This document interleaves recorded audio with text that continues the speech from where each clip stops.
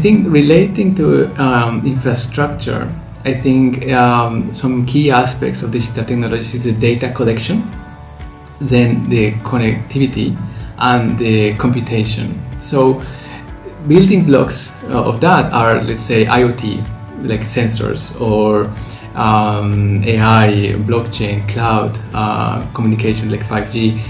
Another interesting building blocks is a digital twin.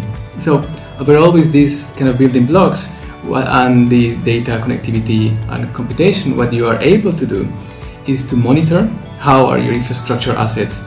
Could be static, like a transformer, or certain equipment, or moving, like a train, or so could be different type of assets that you can monitor. You could also automate how is their operation, and you can optimize, you can control, you can predict. So I think that the digital technologies allow that kind of set of capabilities. And in terms of kind of future perspectives, I think it's mostly about the resolution of what you can see and the speed that you can respond, or the complexity that you can kind of manage.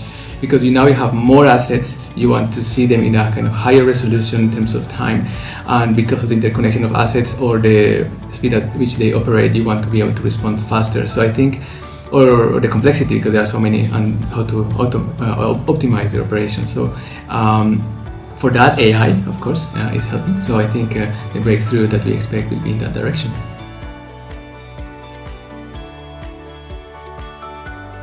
A system thinking approach, the kind of integrated planning is possible.